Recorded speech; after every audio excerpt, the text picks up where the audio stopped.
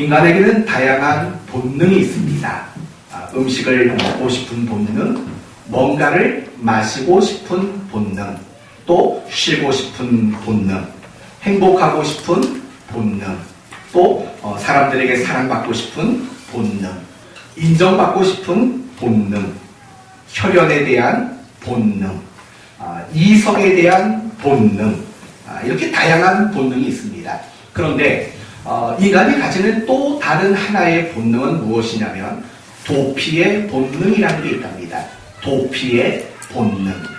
여러분 도피라는 말이 뭔지 아시죠? 도망가고 피하는 것. 그런 본능이 인간의 마음속에는 누구나 있다고 합니다. 예를 들면 이런 겁니다. 어떤 어려움이나 괴로움을 느낄 때 내가 지금 그 현실에서 도망가고 싶어하는 도피의 본능, 그런 본능이 우리에게 있다는 거예요. 그런데 어떤 심리학자들은 이렇게 얘기합니다. 어려움을 만나고 괴로운 순간을 만났을 때 도피하기보다는 직면을 선택하라고 말합니다. 직면을 선택하라. 왜 그래야 하냐면 어떤 문제에 우리가 직면하게 될 때 가장 좋은 방법을 찾고 가장 좋은 길을 찾을 수 있기 때문이다. 이렇게 이야기를 합니다. 맞습니다. 도망가고 피하다 보면 그 어떤 올바른 답을 찾을 수 없는 거고 올바른 방법을 찾아낼 수가 없게 되는 겁니다. 그래서 도피보다는 직면하는 것이 그 어떤 어려움이나 문제를 풀어가는 데 있어서 가장 중요한 자세라는 겁니다. 그런데 성경에서도 동일하게 우리에게 가르쳐줍니다. 어려움이 있고 고난이 있을 때, 괴로움이 있고 슬픔이 있는 현실을 만나게 되었을 때 그것을 도피하고 피하는 것이 아니라 직면하고 감당하는 성도가 되라고 성경은 우리에게 그렇게 가르쳐주고 있는 겁니다. 오늘 본문 역시 마찬가지입니다. 무엇이든 감당하는 신앙을 가지는 일, 그것이 우리에게 필요하다라고 말씀합니다. 그러므로 오늘 설교의 목적은 여기에 있습니다. 앞으로 우리가 살아가는 다양한 순간 속에서 도피가 아닌 무엇을 원칙으로 삼자는 겁니까? 감당함을 원칙으로 삼는 그것이 오늘 설교의 목표가 될 겁니다. 먼저 여러분에게 한 가지 물어봅니다. 하나님은 우리를 시험하실까요? 시험하지 않으실까요? 하나님은 우리를 시험하실까요? 시험하지 않으실까요?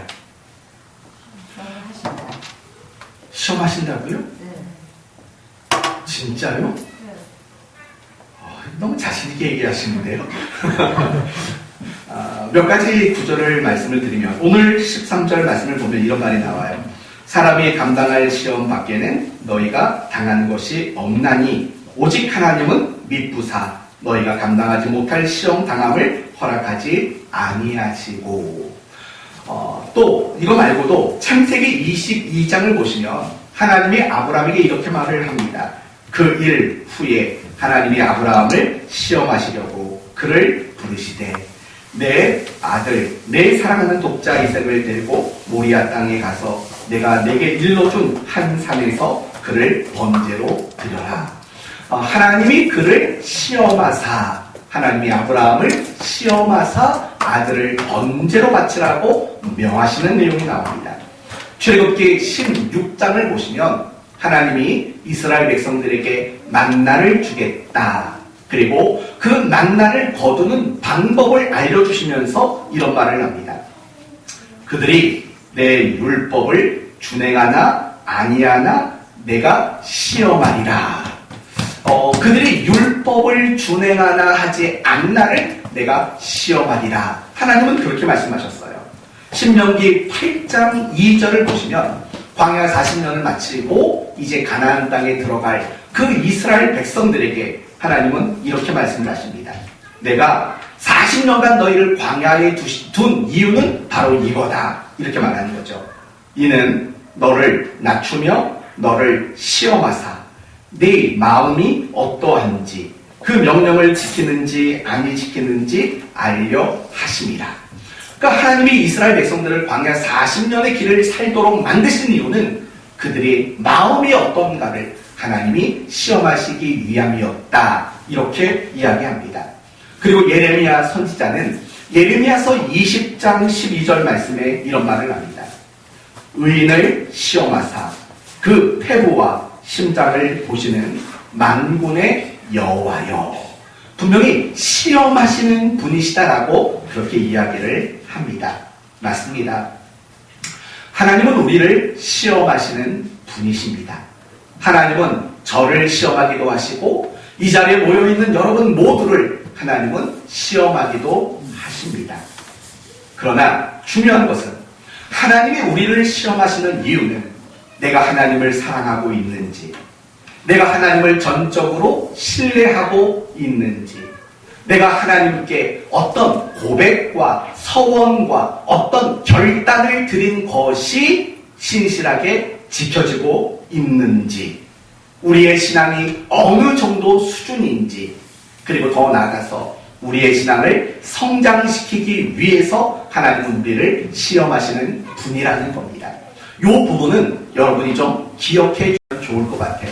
하나님은요, 우리를 확인하시고 우리를 점검하시고 그래서 우리에게 유익을 주시고 그래서 우리의 신앙이 성장하도록 하나님은 우리를 시험하시는 분이십니다. 그런데 여기까지만 본다면 사실은 어려운 얘기가 아니에요. 정반대의 이야기도 성경에는 소개가 되고 있기 때문인 거죠.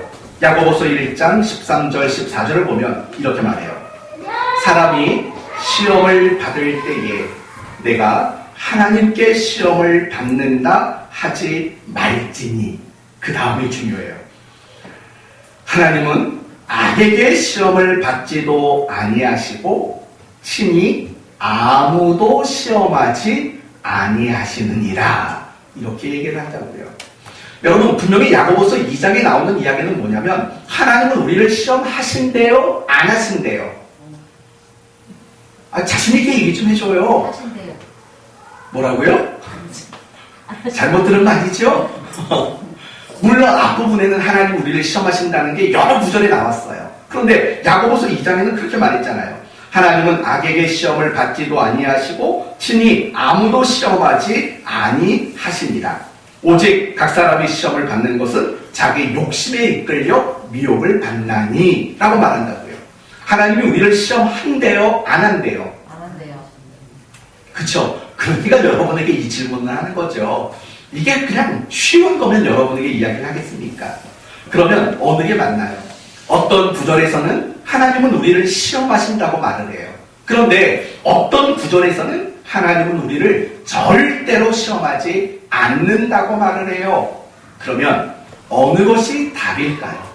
시험하신다가 답일까요? 시험하지 않으신다가 답일까요? 어느 게 답일까요? 솔로몬이 되어서 재판해 보십시오. 어느 것이 답일까요? 하나님은 우리를 시험하실까요? 시험하지 않으실까요? 여러분의 답은 뭡니까? 1번 시험하신다. 안 하신다는 말은 뭐예요? 또? 제가 여러분에게 답을 드리도록 하겠습니다. 정답은 하나님은 우리를 시험하십니다. 그러나 우리를 시험하지 않습니다. 이게 정답이라고요. 아니 여러분, 성경이 뭐 틀린 게 쓰여져 있는 게 아니라면 그 두 개를 묶으면 되잖아요. 하나님은 우리를 시험하신다. 그러나 하나님은 우리를 시험하지 않으신다. 이게 정답인 겁니다. 먼저 이 두 가지 부분을 설명해 드릴게요. 하나님은 우리를 시험하세요. 예를 들면 아브라함의 이야기가 나왔잖아요. 하나님이 어느 날 아브라함에게 말씀을 하셔요. 내 아들, 내 독자 이삭을 번제로 바쳐라. 모리아 땅에 있는 그 산에 가서 번제로 바치라 라고 명령하신다고요. 여러분, 그건 바로 하나님의 시험이에요. 그리고 하나님이 그런 시험을 하신 이유는 뭐냐면 아브라함의 신앙이 얼마나 성장했는가, 또 아브라함의 그 신앙의 모습이 얼마나 나아졌는가, 이런 부분들을 점검하고 확인하기 위함이라는 거예요. 그걸 어떻게 할 수 있냐면 이 창세기 22장을 보시면 하나님이 두 가지 언약의 내용을 말해요. 첫 번째는 뭐냐면 땅에 대한 이야기를 하신다고요. 그 산으로 가라. 그리고 또 하나의 이야기는 뭐냐면 누구를 바치라는 겁니까? 아들을 바치라고 이야기를 해요. 그런데 재밌는 것은 뭐냐면 창세기 12장에 하나님이 아브라함을 부르실 때에도 이 두 가지 언약의 내용이 담겨져 있다는 거예요. 온라인 성경 공부하신 분들은 익숙한 표현들이죠. 뭡니까? 내가 내게 지시할 땅으로 가라 라는 명령이 하나 있고 또 뭘 주시겠답니까? 후손을 주시겠다 라고 약속을 한다고요. 그리고 세월이 오랜 지난 후에 하나님은 또 다른 그거와 똑같은 내용이지만 더 수준 높은 시험을 하신다고요. 그 땅으로 가라. 거기서 내 아들을 바쳐라 라고 시험하신다고요. 그러니까 이것 자체가 뭐냐면 하나님은 아브라함을 시험하시는 그 이유와 목적은 그의 신앙을 점검하고 확인하고 더 성장시키기 위함인 거죠. 그러니까 하나님이 하신 말씀이 뭐예요? 그 아이에게 네 손을 대지 말라. 그에게 아무 일도 하지 말라. 네가 내 아들 독자까지도 내게 아끼지 아니하였으니 내가 이제야 네가 하나님을 경외하는 줄 아노라. 확인이 됐다라는 거예요. 또 그 순간 아브라함은 하나님께 뭐라고 고백을 하냐면 여호와 이레입니다. 이런 신앙의 고백을 하게 돼요. 그 신앙이 더 성장한 이야기가 등장하고 있는 거죠. 바로 이런 부분이에요. 하나님은 우리의 신앙을 점검하고 확인하고 우리의 성장을 목적으로 우리를 시험하세요. 그러나 하나님은 우리가 죄를 짓도록 하는 시험은 하지 않아요. 다르게 말하면 우리의 신앙을 방해하고 우리의 신앙을 흔들어 놓을 만한 시험은 하지 않으시는 분이시라는 거예요. 이걸 이렇게 정리하면 돼요. 하나님은 우리의 신앙의 유익을 위해서 성장을 위해서 시험하시지만 우리의 신앙을 방해하는 유혹은 하지 않으시는 분이시다. 이렇게 말할 수 있는 거죠. 그렇다면 우리의 신앙을 방해하고 우리의 신앙을 흔들어 놓고 유혹하는 것은 누가 하는 거죠? 사탄이 하는 거죠. 아담과 하와의 사건 속에서 예수님이 광야에서 40일간 금식하셨을 때 등장하는 이야기, 사탄이 시험하고 유혹하는 그 일들을 하는 존재라는 겁니다. 그러면 이제 여기까지는 확인이 됐어요. 하나님은 우리를 시험하세요. 어떤 의미로?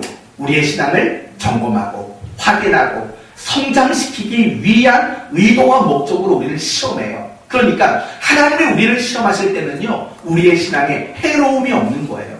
우리의 신앙에 어떤 유익이 주어지는 기회이고 찬스라는 거예요.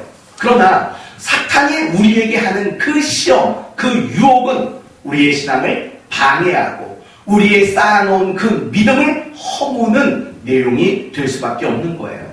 그렇다면 이제 이런 생각으로 넘어가 봅시다. 우리가 어떤 일을 만났어요. 이게 하나님의 시험인지 사탄의 유혹인지 어떻게 알 수 있을까요? 우리가 어떤 괴로운 일들을 당했어요. 그게 사탄의 유혹인지 하나님의 시험인지 어떻게 알 수 있을까요? 분명히 우리의 삶에는요, 하나님에 의한 시험도 주어지고 사탄에 의한 유혹도 우리에게 주어진다고요. 근데 어느 게 시험이고 어느 게 유혹인지 우리가 알 수 있는 방법은 과연 뭘까요? 어떻게 그것을 구별할 수 있을까요? 여러분에게 이렇게 말을 드리고 싶어요. 구별하지 마세요. 구별하지 마세요. 이게 시험이냐 이게 유혹이냐 그걸 분간하지 마세요. 그럴 필요가 없어요.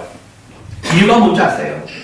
시험이냐 유혹이냐 이 문제를 구별하거나 분간하려고 노력할 필요가 없는 거예요. 이유는 간단해요. 시험과 유혹은 항상 병행하기 때문에 그래요. 시험과 유혹은 마치 동전의 앞면과 뒷면과 같은 거예요. 시험 따로, 유혹 따로 이런 개념으로 우리는 이해하지 말아야 한다는 거예요. 항상 하나님의 시험이 있는 그 자리에는 사탄의 유혹이 뒤따르게 되는 거예요. 시험과 유혹은 늘 함께 할 수밖에 없는 것이기 때문이라는 거예요. 아담과 하와를 한번 먼저 생각해 봅시다. 하나님은 아담과 하와를 만드시고 선악과를 만드시고 이렇게 말하죠. 그걸 따먹으라, 따먹지 말라. 따먹지 말라고 말씀하셨어요. 그걸 먹는 날에는 너희가 정녕 죽으리라 라고 말씀하셨어요. 여러분, 그 순간부터는 이 선악과는 무엇이 될까요? 하나님의 시험하심이 되는 거라고요. 그런데 어느 날 사탄이 찾아와서 어떻게 말하냐면 이거 따 먹어라. 먹어도 죽지 않는다. 도리어 뭐가 밝아진다고요? 눈이 밝아져서 누구처럼 된다고요? 하나님처럼 될 것이다 라고 말한다고요. 동일한 선악과지만 어떤 측면에서는 그것이 하나님의 시험이지만 동일한 선악과임에도 불구하고 또 다른 어떤 이면에서는 사탄의 유혹이 담겨져 있다는 거예요. 아브라함의 이야기를 다시 한번 생각해봐요. 하나님은 아브라함을 시험하기 위해서 독자를 바치라고 명령하셨다고요. 분명히 하나님의 시험이라고 밝혀졌어요. 그런데 여러분 생각해봐요. 아브라함이 하나님의 그 명령을 들었을 때 하나님의 시험이구나 이것만 생각했을까요? 혹시 이런 생각은 안 들었을까요? 내가 잘못 들었나? 사탄이 나를 유혹하는 건 아닌가? 농담하신 거겠지? 이런 마음은 안 들었겠냐고요. 왜 안 들었겠습니까? 그러니까 결국 번제를 바치라는, 이삭을 바치라는 그 말씀 속에는 하나님의 시험이 있고 또 그 이면에는 사탄의 유혹이 분명히 자리하고 있다는 거죠. 욥이라는 사람의 이야기를 하면 이 이야기가 더 명확하게 확인이 되어져요. 이렇게 말합니다. 욥은 하나님께서 칭찬하시는 인물이라고 욥기서는 그렇게 시작이 돼요. 그러니까 사탄이 와서 뭐라고 말하냐면 하나님이 그렇게 복을 주셨는데 그 정도 못할 사람 세상에 어디 있겠습니까? 라고 하나님께 도리어 따져 묻습니다. 그때 하나님은 이렇게 말씀하십니다. 그래, 네가 확인해봐. 대신 욥의 생명만큼은 건드리지 말고 한번 해봐 라고 말을 해요. 그러니까 그 장면도 결국은 뭐냐면 하나님의 욥을 시험하는 장면이면서도 더불어 사탄이 욥을 뭐하는 장면일까요? 유혹하는 장면일 수밖에 없어요. 우리도 사실은 마찬가지라는 거예요. 여러분, 우리가 어떤 어려움이 생겼어요. 그 순간은 어떤 순간일까요? 범사에 감사라는 하나님의 시험이 확인되는 시간이겠죠. 어려움이 있는 그 순간 말이에요. 그러나 반대로는 하나님께 원망이라는 유혹도 생겨나는 순간이라는 거예요. 여러분이 누군가에 의해서 상처를 받았어요. 누군가에게 괴로움을 당했다고요. 그 순간은 어떤 순간일까요? 용서하라는 그 하나님의 말씀을 시험받는 시간이기도 하면서 저 인간은 왜 저래? 라는 도리어 그 사람을 미워하는 것에 대한 유혹의 시간일 수도 있다라는 거예요. 무슨 말인지 아시겠어요? 제가 지금 여러분에게 강조하고 싶은 것은 바로 그런 것들이에요. 야, 이게 하나님의 시험일까? 사탄의 유혹일까? 굳이 고민하지 말라는 거예요. 굳이 그런 걸 분간하는데 여러분의 시간을 허비하지 말라는 거예요.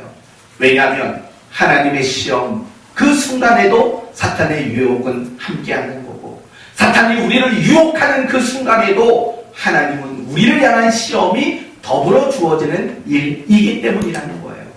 굳이 이런 것들을 분간하면서 그렇게 신앙생활하지 말라는 거예요. 시험과 유혹은 항상 함께 할 수밖에 없는 거예요. 그러면 어떻게 하면 됩니까? 이렇게 하면 돼요. 하나님의 말씀인 성경을 기준과 표준과 정답으로 삼고 따르기만 하면 됩니다. 그러면 하나님의 시험을 통과하는 것이면서 사탄의 유혹은 이기는 것이 되기 때문이라는 거예요. 사랑하는 성도 여러분, 여러분이 정말 힘써야 할 것은 하나님의 말씀은 무엇을 말하는가? 하나님의 말씀인 성경은 우리에게 어떻게 가르쳤는가? 여기에만 집중하세요. 그리고 그 말씀대로만 여러분이 따라가시면 그게 시험이든 그게 유혹이든 중요하지 않아요. 다 통과하고 다 이겨내는 그런 신앙의 내용을 만들 수 있게 된다는 거죠. 이제 이 시험과 관련해서 조금 더 생각해 볼 게 있습니다. 하나님은 우리를 분명히 시험하세요. 그러나 기준이 있고 원칙이 있게 우리를 시험하세요. 여러분 13절을 한번 보세요. 13절을 보시면 하나님이 우리를 시험하시는 기준과 원칙을 뭐라고 말하죠? 하나님이 우리를 시험하시는 기준과 원칙은 뭔가요? 감당이에요. 감당. 하나님이 우리를 시험하실 때 원칙이 있어요. 기준이 있어요. 그걸 감당할 수 있을까? 없을까? 감당이라는 것이 하나님이 우리를 시험하시는 기준이고 원칙이라고 오늘 본문은 우리에게 그렇게 말하고 있는 거죠. 감당할 수 있는 범위, 감당할 수 있는 기준, 그 원칙 안에서 우리에게 허용이 된다는 거예요. 다르게 말하면 이런 말이에요. 우리가 통과하지 못할 시험을 내지 않는다는 거예요. 또 우리가 감당하지 못할 시험을 하나님은 우리에게 허락하지 않으신다는 거예요. 여러분, 예를 들면 이런 거예요. 중학생에게 고등학교 문제를 내는 거 보셨어요? 고등학생들에게 대학교 문제를 내는 걸 보셨어요? 그렇게 내는 선생님 없어요. 그렇게 내면 안 되죠. 중학생이면 중학생에 맞는 문제를 내는 거죠. 그쵸? 맞아요. 고등학생이면 고등학생에 맞는 문제를 내는 거죠. 하나님의 시험의 기준과 원칙은 바로 그거예요. 풀 수 있는 거, 이길 수 있는 거, 감당할 수 있는 거, 그것이 하나님이 우리에게 시험하시는 기준이며 원칙이라는 거예요. 그렇다면 이 말을 듣고 여러분은 부끄럽습니까? 감사합니까? 제가 이런 말을 하는 이유는 이런 거예요. 결국에는 내가 하나님께 시험받는 그 내용과 그 수준을 보면 결국 뭐가 확인이 될까요? 나의 신앙의 수준이 확인되는 거예요. 하나님이 나를 시험하시는 그 내용을 보면 내 신앙을 어느 정도인가를 확인할 수 있게 된다는 말이에요. 그래서 내 삶을 돌아보는데 하나님이 나를 시험하시는 게 없어요. 좋아할 일일까요? 안 좋아할 일일까요? 그건 좋아할 일이 아니에요. 그건 굉장히 부끄러운 일이에요. 왜요? 아직 나는 하나님께 시험받을 만한 신앙의 수준이 되지 못했다라는 말과 같기 때문에 그래요. 사랑하는 성도 여러분, 하나님이 나를 시험하시나 보다 이런 생각 혹시 안 하며 사시는 분 계세요? 그렇다면 정말 미안하지만 좀 부끄러운 거예요. 내가 아직은 하나님께 시험 볼 만한 그런 수준이 안 됐다는 거죠. 여러분, 어린이집이나 유치원을 다니면 시험을 볼까요? 안 볼까요? 봐요. 매주 월요일마다 받아쓰기 시험을 본다고요, 우리 딸은. 네, 정시 시험은 아니겠죠. 네, 어린이집이나 유치원에 다니면 시험을 안 봐요. 근데 초등학교에 들어가면 김 집사님 1학년 시험 보나요? 받아쓰기. 이놈의 받아쓰기는 어디 가나. 네, 받아쓰기 시험 본답니다. 근데 이게 갈수록 어려워져요. 갈수록 시험이 많아진다고요. 그러니까 내가 그리스도인으로 살아가는데요. 하나님이 나를 지금 테스트하고 있구나. 하나님이 나를 지금 시험하고 있구나. 이런 생각이 안 든다면 여러분, 아직 내가 그런 시험을 접할 만한, 마주할 만한 신앙의 실력이 안 되는 거예요. 그건 참 부끄럽게 생각해야 돼요. 물론 여러분이 신앙생활을 하신 게 얼마 안 됐다면 괜찮아요. 하나님이 신앙생활 얼마 안 됐는데 그런 사람까지 뭘 시험하시겠어요. 그런데 그냥 대충 쭉 훑어봐도 최소 10년이잖아요. 여기 계신 분들, 그쵸? 최소 10년이라고요. 우리 서진이 몇 살이에요 지금? 12살? 적어도 신앙생활을 12년 했다고요. 우리 서진이는 하나님의 시험을 느끼니? 12살이라서 이해해 줄게요. 나중에 입교할 때 그때 다시 물어볼게요. 그런 거예요. 근데 여러분 가운데 혹시 이런 생각 드시는 분이 계세요? 하나님이 나에게 또 시험거리를 주셨구나. 이런 생각을 많이 하는 분이 있어요. 그리고 어려운 시험을 만나는 분들이 있다고요. 그럼 여러분 사실은 감사해야 될 일인 거예요. 왜냐하면 여러분이 어려운 시험거리를 만났다는 건 하나님이 여러분의 신앙의 수준을 높게 평가하고 여러분의 신앙의 수준을 높게 인정해 주신다는 이야기이기 때문이에요. 이 시험에 대한 이야기에서 여러분이 꼭 기억할 것은 그거예요. 하나님은 우리를 시험해요. 목적이 뭐라고요? 우리의 신앙을 확인하는 거예요. 내가 하나님 저 앞으로 이렇게 살겠습니다. 하나님 전 앞으로 이렇게 하겠습니다. 라는 어떤 소원이나 다짐이나 결단이 있잖아요. 그게 제대로 지켜지고 있는가를 하나님은 점검하기 위해서 우리의 신앙을 시험하시는 거예요. 그러니까 결국 그 시험은 우리에게 무엇을 유익으로 가져다 주냐면 신앙의 성장이라는 그런 유익을 우리에게 가져다 주는 거예요. 요거 하나를 여러분이 우선 기억해 보세요. 여러분 우리가 알고 있는 성경 중에서 우리가 잘못 해석하고 있는 성경들이 꽤 많아요. 가장 대표적인 성경 구절이 또 우리가 제일 좋아하는 구절이기도 해요. 빌립보서 4장 13절 내용이 뭐죠? 내게 내 능력 주시는 자 안에서 내가 모든 것을 할 수 있느니라 라는 구절이에요. 그런데 이 구절을 대부분은 해석을 잘못하고 있어요. 어떻게 해석을 하냐면 이런 거죠. 내게 능력 주시는 그분과 내가 함께 한다면 나는 천하무적이 될 수 있어. 나는 뭐든지 해낼 수 있어. 라는 이런 식으로 이 구절들을 이해하고 해석을 해요. 사실은 전혀 앞뒤가 맞지 않는 얘기예요. 그건 올바른 해석이 아니에요. 그러면 해석의 의미는 뭔가요? 정확한 해석은 뭔가요? 이런 거죠. 어떤 순간에서도 나는 자족할 수 있습니다예요. 어떤 순간에도 나는 만족할 수 있고 나는 어떤 순간에도 감사할 수 있습니다예요. 이걸 조금 더 넓게 말하면 이거예요.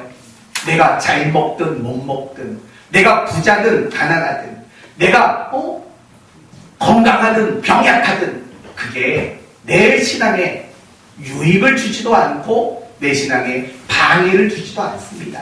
나의 모든 이런 현실과 환경과 조건은 나의 신앙을 방해하지 못합니다. 라는 뜻이 빌립보서 4장 13절의 진정한 뜻인 거예요. 그런데 이 구절만 붙들면 내가 천하무적이 될 것 같은 그런 식으로 해석을 한다는 거죠. 또 있어요. 이사야서 34장 16절을 보시면 이런 말이 나와요. 너희는 여호와의 책에서 찾아 읽어보라. 이것들 가운데 빠진 것이 하나도 없고 제짝이 없는 것이 없으리니 이는 여호와의 입이 이를 명하셨고 그의 영이 이것을 모으셨습니다. 라는 구절이 있어요. 여러분 이 구절을 제일 잘 써먹는 사람들이 누군지 아세요? 이단이에요. 신천지, 여호와의 증인 이런 이단들이 이 구절을 얼마나 잘 써먹는지 아세요? 이렇게 써먹어요. 이 구절의 짝은 이거야. 이 구절의 짝은 여기 있어. 이런 식으로 성경 구절을 짜집기 하는데 이 구절을 대부분 써먹는다고요. 정말 무식한 방법인 거예요. 전혀 옳지 않은 이야기예요. 그러면 하나님이 뭐 다 짝이 있다 이런 말씀을 하신 그 본문의 내용은 뭐냐면 에돔 사람에 대한 심판 속에 이 이야기가 나온다고요. 무슨 말이냐면 하나님이 에돔 사람들을 진멸해 버릴 것이다. 그리고 그들이 진멸당한 후에는 그 땅에 거주하던 들짐승들이 에돔 사람들이 살던 그 땅에 짝을 지어 들어와 살 것이다. 그러니까 한마디로 말하면 이런 뜻이죠. 에돔이라는 나라가 이제는 황폐하게 될 거다. 들짐승들만 살아가는 곳이 되고 말 거다. 하나님은 그렇게 심판할 거다. 라는 게 그 본문의 해석의 의미인 거죠. 그런데 그 구절을 말도 안 되게 이 구절과 이 구절은 짝을 이루었고 그래서 우리의 해석이 뭐 정당한 해석이며 이단들은 늘 그런 식으로 이야기를 하는 거예요. 해석을 전혀 잘못하고 있는 거예요. 그런데 오늘 본문도 마찬가지예요. 오늘 본문 13절을 보시면 하나님은 미쁘사 너희가 감당하지 못할 시험을 허락하지 아니하시고 시험 당할 즈음에 또한 뭘 내사? 피할 길을 내사. 여러분, 어려움을 당하는 성도들에게 이 구절을 읽어주면 엄청 은혜 받는 거 아시죠? 왜 은혜 받을까요? 이런 거죠. 피하게 해주시겠대, 면하게 해주시겠대 라는 그런 의도로 이 구절을 받아들여서 어려움을 당하는 성도들에게 이 구절만 말해줘도 위로가 되고 힘을 얻게 되는 거예요. 그러나 틀렸어요. 이 구절은 절대로 시험을 피하게 하고 어려움을 면하도록 만들어 주시겠다라는 구절이 전혀 아니에요. 여러분, 조금만 상식을 가지고 생각해봐요. 피할 길을 주신다라는 말 분명히 13절에 있어요. 그쵸? 시험을 당함을 허락하지 아니하시고 시험 당할 쯤에 또한 피할 길을 내사라는 말이 있어요. 그러면 그 다음에 나오는 말을 보세요. 그 다음에 나오는 말이에요. 뭐예요? 내가 내사 너희로 능히 뭐하게 하겠다고요? 감당하게 하겠대요. 여러분, 피하게 하신다라는 말과 감당하게 하시겠다라는 말 어울리는 말이라고 생각하세요? 잘 생각해봐요. 피하는 것과 감당하는 것, 이건 전혀 어울리지 않아요. 왜냐하면 피하는 것과 감당하는 것은 엄밀히 말하면 서로 반대가 되는, 서로 상충되는 단어들이기 때문이에요. 이건 그런 말이 아니라는 거예요. 그리고 이미 여러분에게 말했잖아요. 하나님이 우리를 시험하시는 목적이 뭐라고요? 우리를 확인하시고 점검하셔서 우리의 무엇을 이루시려고 시험한다고요? 신앙의 유익 또는 신앙의 성장을 위해서 우리를 시험하신다고요. 그런데 시험을 피하게 하신다고요? 여러분, 이게 우리가 짧은 지식을 가지고 있는 사람이라고 해도 조금만 상식적으로 생각해봐요. 분명히 하나님이 우리를 시험하시는 이유는 우리를 확인하고 점검하고 그래서 우리에게 신앙의 유익을 주고 그래서 우리의 신앙을 성장하게 만드는 게 이유고 목적이에요. 그런데 시험을 조금 주셨다가 피할 길을 주신다고요? 도망가게 해주신다고요? 면하게 해주신다고요? 이건 말이 되지 않잖아요. 그리고 더욱이 감당하게 하시느니라가 덧붙고 있잖아요. 감당하게 하시는 게 하나님의 의도라고요, 시험에. 근데 우리는 이 구절을 볼 때마다 하나님이 금방 피하게 해주시겠지, 이 어려움 금방 면하게 해주시겠지라는 그런 잘못된 기대를 가지고 이 구절을 보고 있다는 거예요. 그건 옳지 않은 이야기예요. 그러면 이제 풀어야 할 말이 있겠죠. 도대체 피할 길이란 뭐냐? 하나님이 우리를 시험하시고 또 피할 길을 준다고 말했는데 그 피할 길이란 도대체 뭐냐? 이걸 풀어야만 오늘 본문을 제대로 이해할 수 있게 되는 거죠. 그런데 이 피할 길을 우리가 이해하려면 10장 1절부터 12절까지 내용이 뭔가를 보셔야 돼요. 대충 한번 눈으로 훑어볼까요? 7절을 보세요. 이스라엘 백성들이 광야에서 무슨 죄를 저질렀다고 말하죠? 7절. 우상 숭배. 8절. 음행. 9절. 주를 시험하니. 시험. 이거 되게 어려운 건데 엄청 잘 맞췄습니다. 10절은요. 원망. 네 가지 죄를 졌다고 말해요. 첫째는 우상 숭배. 두 번째는 뭐라고요?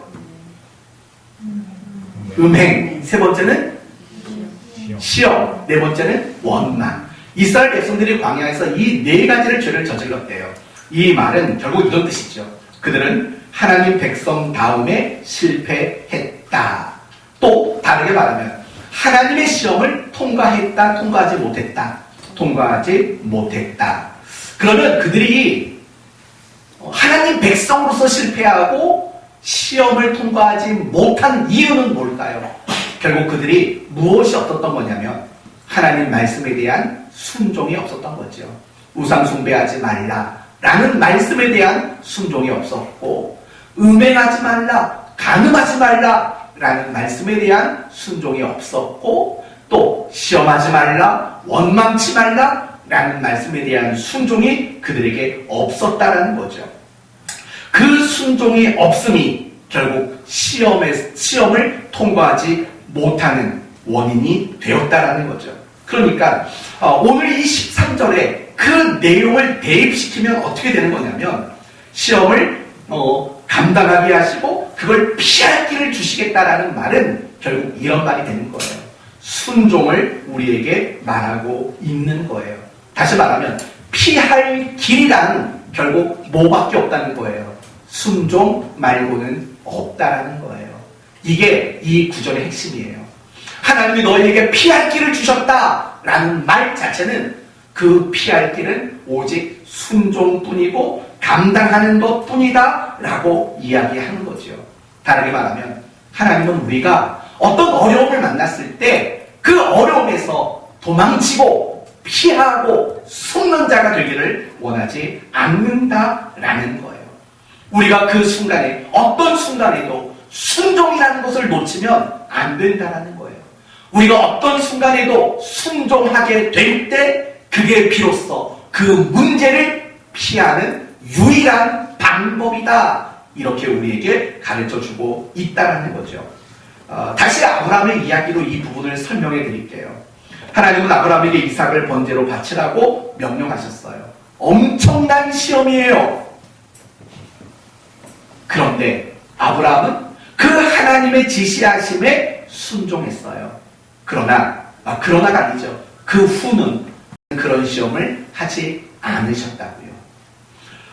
여러분 이 모습을 보세요. 번제로 바쳐라 라는 그 시험이 더 이상 아브라함의 인생에는 등장하지 않아요. 왜요? 순종으로 그 시험을 피해 갔기 때문에 더 이상 그것이 등장하지 않게 되는 거죠. 반대의 경우로 설명을 해볼게요. 요나 선지자를 한번 생각해 보시겠어요? 요나. 하나님은 요나에게 어디로 가라고 말했습니까? 니느웨로 가라고 말했어요. 요나는 너무 가기 싫었어요. 가기 싫은 이유는 두 가지였어요. 그 니느웨가 어느 나라의 수도였죠? 자기 민족을 괴롭히는 아수르라는 나라의 수도였어요. 그리고 또 가기 싫었던 또 한 가지 이유는 이거예요. 지금 그들에게 멸망과 저주를 선포하라고 보내시는 건가요? 아니죠. 회개와 용서를 선포하라고 자기를 보내는 거예요. 그래서 요나는 가기 싫었어요. 안 가고 싶었다고요. 그래서 요나는 어떻게 됐죠? 피해요. 그 명령, 그 하나님의 시험을 피해서 다시 쓸어 내려가고 배를 타고 도망을 간다고요. 이 내용 아시잖아요. 그때 하나님이 어떻게 하셔요? 풍랑이 일게 만들어요. 그리고 결국 요나는 어디에 던져져요? 바다에 던져져요. 요나를 뭐가 삼켜요? 고기가 삼켜요. 네, 큰 물고기가 요나를 삼켜요. 그리고 나중에 이 물고기가 토해내요. 어디에 토해냈을까요? 니느웨에 토해냈다고요. 그 장면을 생각해봐요. 요나는 계속 그 니느웨 반대쪽으로 계속 도망을 간다고요. 시험을 피하는 거예요. 순종하지 않는 거예요. 그러면 결국 요나는 자기가 원하든 원치 않든 간에 또다시 어디에 가 있게 돼요? 니느웨에 가 있게 되는 거예요. 여러분, 순종만이 그 시험을 피할 수 있는 유일한 방법이라는 걸 잊지 마셔야 돼요. 여러분, 어떤 어려움이 있잖아요. 특히 이걸 생각하셔야 돼요. 여러분의 삶 속에요, 늘 반복되는 어려움, 반복되는 시험거리가 분명히 있을 거라고요. 하나 물어볼게요. 왜 그런 시험이 반복되는 줄 아세요? 통과하지 못해서. 네, 통과하지 못해서. 그걸 순종으로 감당하지 않았기 때문에 그래요. 자꾸 피하기만 하고 도망가려고만 하고 그런 자세를 가지기 때문에 하나님은 계속 그 시험을 주는 거예요. 여러분, 아까 말했잖아요. 우리 딸 매주 월요일마다 받아쓰기 한다. 그거 틀리면 어떻게 하는 줄 아세요? 받아쓰기에서 틀리면 틀렸어. 고쳐요. 또 틀리면 고쳐. 계속 그걸 맞출 때까지 한다고요. 하나님이 시험하시는 건 마찬가지인 거예요. 우리가 순종으로 그 시험을 감당하지 않으면요, 그 시험거리는 늘 우리에게 계속 찾아와요. 똑같은 시험거리가 늘 우리에게 찾아올 수밖에 없는 거예요. 그 시험을 순종으로 감당하지 않으면 그 시험은 우리에게 끊임없이 와요. 그러나 어떤 시험거리가 왔을 때요, 우리가 그 시험을 순종으로 감당해 놓으면 더 이상 그 시험의 문제는 우리에게 출제되지 않는다라는 거예요. 이걸 아셔야 돼요.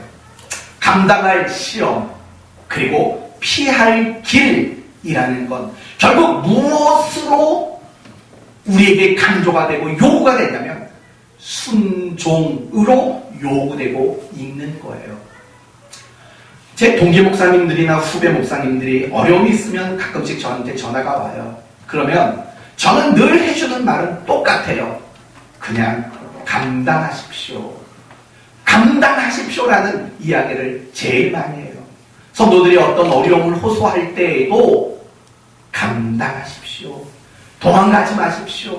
그거 피하려고 하지 마십시오. 늘 이렇게 답을 준다고요. 제가 이렇게 말하는 게 아우 목사님은 내가 얼마나 힘든지 그것도 몰라. 너무 하셔. 뭐 이렇게 오해하지 마세요. 제가 여러분에게 그 답을 드리는 이유는 간단해요. 지금 피할 수 있어요. 지금 그 어려움에서 도망칠 수 있어요. 그런데 아세요? 금방 다시 그거 만나요. 그때 가서 또 피하면 되죠. 왜 피해 가세요? 그러나 얼마 후에 그 시험의 문제는 또 온다고요. 여러분 평생 똑같은 시험거리만 당하고 그렇게 살아가시겠어요? 이기셔야죠. 이제 더 이상 그런 시험은 받지 마셔야죠. 그 유일한 피할 방법은 뭐라고요? 순종으로 그 문제를 감당해 내는 거라고요. 그게 바로 오늘 이 말씀이에요. 감당할 시험 받기는 우리가 순종할 수 없는 걸 우리에게 순종을 요구하는 게 아니라고요. 피할 길을 주신다. 도망가고 회피할 쥐구멍을 찾아주신다는 말이 아니라 그걸 순종으로 감당할 수 있는 방법을 주셨다는 거예요. 그 시험을 통과할 수 있는 순종이라는 방법을 주셨다는 거죠. 그러므로 우리가 어떤 시험의 문제를 만나고 우리가 어떤 어려움의 문제를 만났을 때 제발 도망가려고 하지 마세요. 그걸 피하려고 하지 마세요. 내가 감당하려고 하셔야 돼요. 어떻게 해요? 에스더처럼. 에스더가 뭐라고 말했죠? 죽으면 죽으리라. 죽으면 죽으리라. 제가 옛날에 배우자를 놓고 기도할 때 에스더 같은 여자를 만나게 해주세요 라고 기도했더니 그대로 만났잖아요. 죽으면 죽으리라. 얼마나 훌륭한 여자인지 몰라요. 그런 마음을 가지고 시험을 감당하시라고요. 순종으로 감당하시라고요. 다니엘과 그 친구들처럼 그리 아니하실지라도 라는 마음을 가지고 여러분에게 주어진 그 시험을 순종으로 감당할 수 있는 여러분이 되셨으면 좋겠습니다. 이제 끝으로 가장 중요한 이야기 하나만 하고 마칠게요. 신앙의 자세에 대한 이야기를 여러분과 하려고 합니다. 신앙의 자세를 한마디로 말한다면 이렇게 정리할 수 있어요. 하나님이 허락하시기 전에는 어떤 이유에서라도 도망가거나 피하거나 내려놓거나 포기하지 마세요. 하나님이 허락하기 전에는 절대 도망치는 일, 피하는 일, 내려놓는 일 하지 말아야 되는 거예요. 지금 나에게 주어진 조건, 지금 나에게 주어진 환경과 현실, 그 안에서 여러분이 해야 할 역할과 책임을 감당해 내세요. 그게 신앙의 가장 올바른 자세인 거예요. 내게 어떤 환경이 주어졌고 내게 어떤 현실이 주어졌다. 그 속에서 그리스도인으로서 살아내세요. 요셉의 이야기를 한번 보세요. 요셉은 노예가 됐어요. 보디발 장군의 집의 종이었어요. 그곳에서도 그리스도인으로서 살아냈어요. 감당해냈어요. 그가 누명을 쓰고 감옥에 갇혔어요. 그 감옥에서도 그리스도인으로서 그는 살아냈다고요. 그게 신앙의 올바른 자세예요. 우리 식대로 말하면 이거예요. 남편이 아무리 못나도 아내로서의 역할과 책임을 다해 감당하세요. 그게 신앙의 자세예요. 우리는 신앙의 자세라고 말하면 예배 시간에 다리 벌리고 앉지 않고 바르게 앉고 졸지 않고 신앙의 자세를 맨날 이런 것만 생각한다고요. 아니에요. 그것도 중요하지만 진짜 신앙의 자세란 감당하는 것이 신앙의 자세라고요. 아내가 내 부인이 아무리 마음에 안 들어도 정말 남편으로서 그 역할과 책임을 감당하는 것. 그게 신앙의 자세라고요. 부모가 내게 해준 것이 아무것도 없다 할지라도 자녀답게 부모에게 감당하는 게 신앙의 자세라고요. 내 자식이 마음에 들지 않아요. 남의 자식과 비교하면 늘 부족한 것밖에 안 보이고 철도 들지 못했어요. 그래도 그런 자식을 보면서 부모로서의 역할을 감당하는 것, 그게 신앙의 자세라고요. 그러나 너무나 많은 그리스도인들은 그러지 못해요. 주어진 시간, 주어진 사건, 주어진 현실, 그 속에서 내가 감당해야 될 역할과 책임을 놓쳐버리고 포기하고 도망가는 일들이 얼마나 많은지 몰라요. 더 나쁜 게 뭔지 아세요? 신앙이라는 것을 통해서 내게 주어진 그 시간과 그 현실을 바꾸려고 하는 제일 나쁜 신앙의 자세가 얼마나 많이 나오는지 몰라요. 우리는 그런 기도하면 안 돼요. 하나님, 제발 이 현실을 좀 바꿔주세요. 하나님, 제발 이런 어려운 거 집어쳐주세요. 이런 기도하지 마세요. 그런 기도가 기뻐하는 기도가 아니에요. 어떻게 기도하는 게 맞을까요? 하나님, 지금 내게 주신 이 시간, 고난의 시간이에요. 괴로움의 시간이에요. 그러나 잘 감당하게 해주세요라고 기도하세요. 하나님, 지금 제가 만난 이 어려운 문제 너무 괴로워요. 그래도 이 어려움 내가 그리스도인으로서 잘 뭐하게 해달라고요? 감당하게 해주세요. 이런 기도를 우리는 드려야 된다고요. 근데 가만히 보면 우리가 기도를 어떻게 써먹냐면, 하나님, 제발 절 꼴 보기 싫은 사람 옮겨주세요. 하나님이 이 힘든 순간 빨리 좀 점프하게 해주세요. 이렇게 기도를 써먹는다고요. 하나님은 그런 시험 왜 주셨는데요? 아까 말했잖아요. 처음에 하나님이 우리를 시험하는 이유가 뭐라고요? 우리를 확인하고 점검하고 유익을 주셔서 우리의 신앙을 어떻게 만드시려고? 성장시키시려고. 하나님은 그걸 가지고 우리에게 시험거리를 주셨는데 우리는 이렇게 기도하죠. 하나님, 이 시험 빨리 집어쳐주세요. 하나님, 이 시험 빨리 끝나게 해주세요. 이렇게 기도한다면 그게 어떻게 정당한 기도겠어요? 그게 어떻게 우리에게 유익을 주는 기도겠냐고요. 감당하게 해주세요. 이 기도를 드리는 것이 너무나도 마땅한 일 아닐까요? 그런데 많은 신자들은 그걸 원하지 않아요.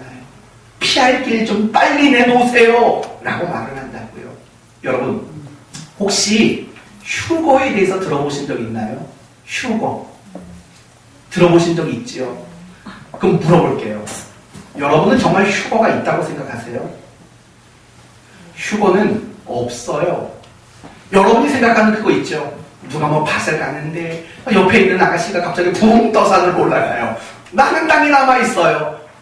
나는 자고 있는데 눈 떠보니까 옆에 있던 신랑은 붕 하늘로 올라갔어요. 나는 땅에 있어요. 제발 그런 식의 휴거를 생각하지 마세요. 여러분, 그런 휴거는 성경적인 게 아니에요. 그건 결코 성경적이라고 말할 수가 없다고요. 그런데 얼마나 많은 사람들이 이 휴거에 열광하는지 몰라요. 왜 휴거에 열광하는 줄 아세요? 이유는 간단해요. 이 휴거가 끝난 다음에 무슨 일이 진행된다고 생각하기 때문일까요? 7년 대환란이라는 게 시작이 된다라고 여기기 때문이에요. 그러니까 사람들이 휴거에 열광하고 정말 휴거에 대한 맹신을 갖는 이유는 뭐냐면 뭘 피하겠다는 거예요. 대환란을 피하겠다라는 그 마음만 가지고 있다라는 거예요. 7년 환란이라는 거, 정말 그걸 피하고 싶은 마음 때문에 휴거에 신봉하는 그런 사람들 얼마나 많이 있는지 몰라요. 휴거 성경적인 거 아니에요. 어디 가서 그런 얘기하지 마시고 그런 거 좋아하지 마세요. 그냥 우리는 이렇게만 생각하면 돼요. 주님이 오시는 그날 죽은 자들이 부활하고 상자들이 신령하게 변화되어서 영원한 천국에 들어가는 거예요. 그렇게만 보시면 돼요. 그 말도 안 되는 휴거를 여러분 너무 맹신하는 그런 여러분이 되지 않았으면 좋겠어요. 제가 드리고 싶은 말이 요즘은 결국 그거예요. 신앙을 가졌다라는 사람들이 늘 피하고 도망치는 데만 급급해하고 있다라는 거. 그건 올바른 성경이 아니에요. 신앙이 아니에요. 하나님은 우리가 항상 감당하기를 원해요. 그러니까 로마서 5장에 이런 말이 나오죠. 우리가 환난 중에도 뭐하나니? 즐거워하나니. 이는 환난은 인내를, 인내는 연단을, 연단은 소망을 이룸을 안다라고 말해요. 환난, 연단, 인내, 소망이에요. 결국 환난을 소망으로 이끌어 가시는 하나님을 보게 되는 거죠. 그런데도 환경을 피하겠다고요? 환난을 통해서 소망을 이루실 하나님이라고 말을 하는데 도망가겠다고요? 요한계시록 7장을 보세요. 요한계시록 7장을 보시면 구원받은 성도들의 이야기가 나오는데 여러분이 잘 아시는 14만 4천 명의 이야기가 나와요. 14만 4천 명. 그런데 이 14만 4천 명을 뭐라고 표현을 하냐면 이렇게 표현을 해요. 큰 환난에서 나온 자들이라는 표현을 써요. 환난에서 나온 자들이라는 표현을 쓴다고요. 그런데 무슨 말이에요? 하나님 앞에 구원받은 모든 사람들은 결국 무엇을 통과한 사람들이라는 거예요? 환난을 통과한 거예요. 환난을 피하지 않고 환난을 감당해낸 사람들이라고 그들의 특징을 말하고 있는 거죠. 예수님도 보세요. 예수님이 고난을 피하셨나요? 괴로움을 피하고 도망치셨나요? 그렇지 않았다고요. 그런데 왜 우리는 그런 신앙의 모습들을 보면서도 왜 우리는 신앙이라는 명분을 가지고 날마다 내게 주어진 어려움들을, 내게 주어진 그 어려운 환경과 현실들을 피하려고 하는지 모르겠습니다. 사랑하는 성도 여러분, 신앙의 가장 올바른 자세는 한마디로 말하면 감당하는 거예요. 감당하는 거예요. 그것이 하나님이 가장 바라고 원하는 신앙의 자세인 거죠. 그렇다면 끝으로 왜 감당해야 되냐고요? 왜 고난을 감당하고 왜 환난을 감당해야 되냐고요? 이유는 간단해요. 복되고 형통한 것으로는 결코 이루고 만들어낼 수 없는 무엇인가가 있기 때문이에요. 지금 여러분이 만난 그 고통스러운 환경이 아니고는 안 될 만한 이유가 있기 때문이라는 거예요. 광야 이스라엘 백성들을 생각해 보세요. 그들에게 왜 광야에 40년이 필요했을까요? 가나안 땅으로는 만들어낼 수 없는 뭔가가 있었던 거예요. 오직 그 광야만이 만들어낼 수 있는 뭔가가 있었다는 거죠. 그게 뭘까요? 하나님을 의지하는 신앙이라는 게 있는 거예요. 남유다는 바벨론의 포로로 끌려갔습니다. 그러면 그들에게 포로 생활은 왜 주어졌을까요?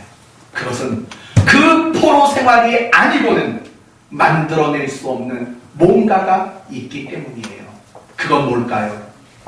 하나님과의 그 언약, 그 하나님과 맺은 언약을 깨닫는 것, 그거 포로지 아니고는 깨달을 수 없는 그 무엇인가였기 때문이라는 거예요.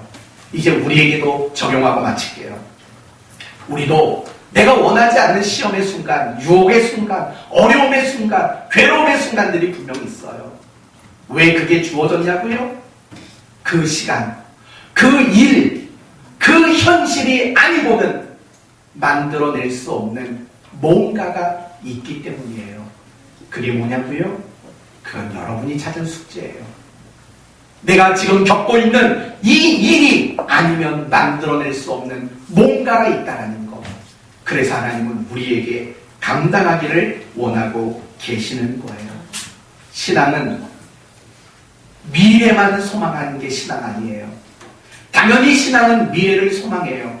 그러나 미래를 소망하는 그 소망을 가지고 지금을 살아내는 것, 지금의 것을 감당해내는 것, 그게 진정한 신앙이에요. 저는 여러분에게 간곡하게 부탁합니다. 도망가지 마세요. 아빠의 자리에서 도망가지 마시고 남편의 자리에서 도망가지 마세요. 엄마의 자리에서 도망가지 마시고 아내의 자리에서 도망가지 마세요. 부모의 자리에서, 자식의 자리에서 도망가지 마세요. 아내로서, 남편으로서, 부모로서, 자식으로서 감당하세요. 그 역할을 다하세요. 그 책임을 다하세요. 잘 감당하세요. 그게 신앙이에요. 그게 하나님이 우리에게 바라고 원하는 거라고요. 고난과 어려움과 시험이 와도 쥐구멍 찾지 마세요. 감당하세요. 그게 진정한 믿음이고 그게 신앙인 거예요. 말씀을 마치겠습니다. 하나님은 우리를 시험하세요. 이유는 우리의 신앙을 확인하고 점검하고 유익을 주고 그래서 우리의 신앙을 성장하시기 위한 목적이에요. 그렇기 때문에 우리는 어떤 시험을 당할 때 피할 길을 찾는 어리석은 성도가 되면 안 돼요. 어떤 시험을 만나도 오직 순종만이 유일한 피할 길임을 알고 내 순종의 몫을 찾아내셔야 돼요. 더 나아가서 여러분에게 주어진 모든 시간 속에서, 여러분에게 주어진 모든 자리에서, 여러분에게 주어진 모든 현실 속에서 그리스도인으로서 감당해내십시오. 그게 참다운 신앙입니다. 저는 우리 교회 모든 성도들이 이 원칙을 가졌으면 좋겠어요. 감당이라는 원칙. 조금만 힘들면 나 못해요, 나 안 해요, 싫어요, 이러지 마시고 감당하는 이 신앙의 원칙을 가짐으로 여러분의 신앙이 날마다 견고하게 성장해 가시기를 예수 그리스도의 이름으로 축원드립니다. 아멘. 기도합시다. 하나님